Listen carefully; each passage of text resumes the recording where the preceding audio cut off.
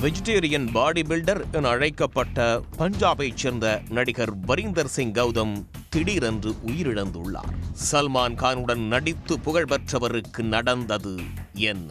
பஞ்சாப் மாநிலம் குர்தாஸ்பூரை பூர்வீகமாக கொண்ட 41 வயது வரிந்தர் சிங் கௌதம் ஜலந்தரில் வசித்து வந்தார். தொழில்முறை பாடி பில்டர்.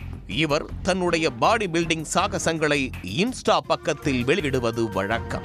6.2 அடி உயரமுள்ள வரிந்தர் 2009ஆம் ஆண்டு மிஸ்டர் இந்தியா பட்டத்தை வென்றார். மிஸ்டர் ஆசியா போட்டியில் பங்கேற்று 2வது இடத்தை பிடித்தார்.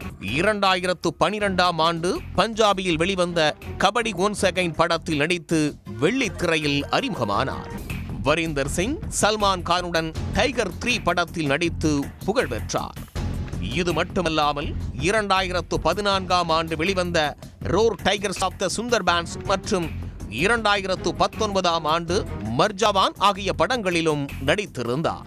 இந்த நிலையில் நேற்று மாலை அவர் ஜலந்தரில் உடற்பயிற்சி செய்து கொண்டிருந்த போது தோள்பட்டை வலி ஏற்பட்டதாகவும் அதனையடுத்து மருத்துவமனையில் சேர்க்கப்பட்டவர் உயிரிழந்ததாகவும் வரிந்தரின் மேலாளர் தெரிவித்துள்ளார்.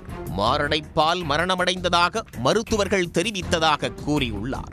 2027ஆம் ஆண்டு நடைபெறவுள்ள பஞ்சாப் சட்டமன்ற தேர்தலில் போட்டியிட இருப்பதாக அவர் சமீபத்தில் அறிவித்திருந்தார். இந்த நிலையில் அவரது மரணம் பல்வேறு சந்தேகங்களை எழுப்பியுள்ளது. இதனால் அவரது மரணத்தில் ஏதும் மர்மம் உள்ளதா என்று போலீசார் விசாரணை நடத்தி வருகின்றனர்.